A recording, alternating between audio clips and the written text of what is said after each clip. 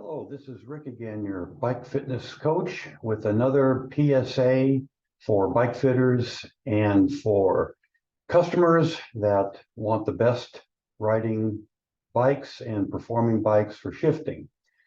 So I see this all too often, and what happened the other day, we'll get into in just a minute. But we're going to talk about today is a most important bolt that is often not used, misused, and you'll see why. So what is it for? Where does it go? What does it do? And is it installed correctly? If you have to ask that question, it probably is not installed correctly. And that's the big problem, which we'll get into. There's a support bolt. It's right in the middle of the derailleur, and it is a recent addition over the last few years from Shimano. We'll get into this in the next slide. A little history on the Shimano front derailleurs. The support bolt is on most of the higher-end derailleurs from Shimano. Starting with the 7800, a lot of people will argue that that was probably one of the best mechanical shifting derailleurs Shimano ever made. Well, to improve on an already good thing, they came out with the 7900, which they shortened the lever arm, and is probably known as one of the worst shifting front derailleurs. In fact, people that had arthritis in their hands, they could barely move the lever over. Sometimes when the cables would get worn, you almost had to use two hands to shift the front derailleur, to move the lever over. So they came out with the next version, which was the FD9000. And if you look at the where the cable is attached to, they've basically quadrupled the lever arm to pull the front derailleur.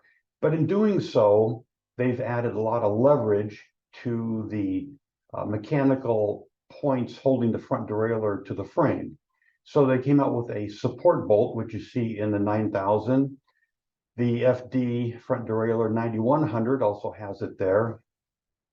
And the new FD 9200, which is Di2 only, that has it located in a slightly different spot. So the next few slides are from Shimano's literature, and I've had numerous talks with the tech people over at Shimano, and they always try to tell the mechanics to make sure you use the support bolt. So when you screw the support, it's used for two things. It is used, which you'll see here, it is used for securing and adding an extra point of attachment to even the torque load on the derailleur, which you'll see later, so it doesn't rip the lugs and the rivets out of the frame.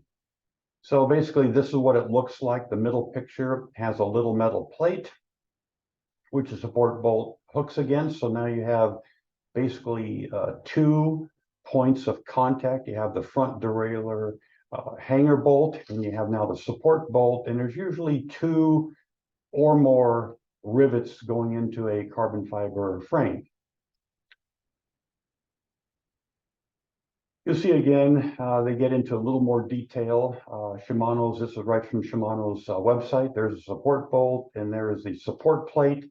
There's a double-sided tape that you peel the front off, tape it to the frame, and Shimano, if you go through their tech docs, they show you exactly where to mount the support plate so the screw doesn't go through the carbon fiber frame.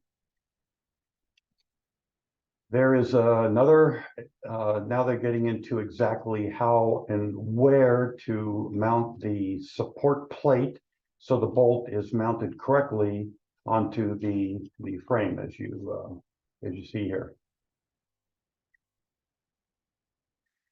The support bolt is also used to align, or what they call toe in or toe out, the front derailleur.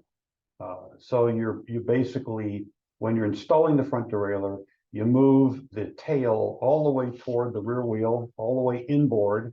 You tighten the front derailleur hanger clamp, and then you tighten the support bolt to now pivot the tail of the front derailleur so it is in line with the chain. and the chain plates, the chain wheel. So it serves two functions. Here's a picture of my bike with the support bolt correctly installed. You see there it's backed into a metal plate, which is part of the hanger. This is an older Giant TCR Advanced. So why am I so upset? Here is the issue which came in the other day.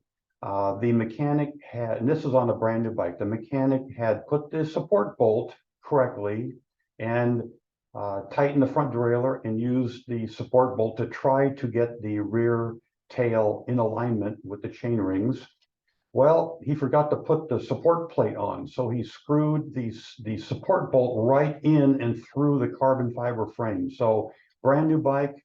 I told the customer to take it back. It was the frame was ruined, and he needs a new frame and a new bike, and then come back to so we can redo the bike fit. So that's one way to check. So I really want everybody to check to make sure that that bolt on the newer derailleurs from the 7900 forward is set correctly. Yes, it is also on the Ultegra and the 105s. So what happens if the support bolt is not attached to the frame? Well, the new derailleurs, especially the DI2s, that little motor puts such torque onto the front derailleur that it can and does pull the lugs, pull the rivets right out of the frame.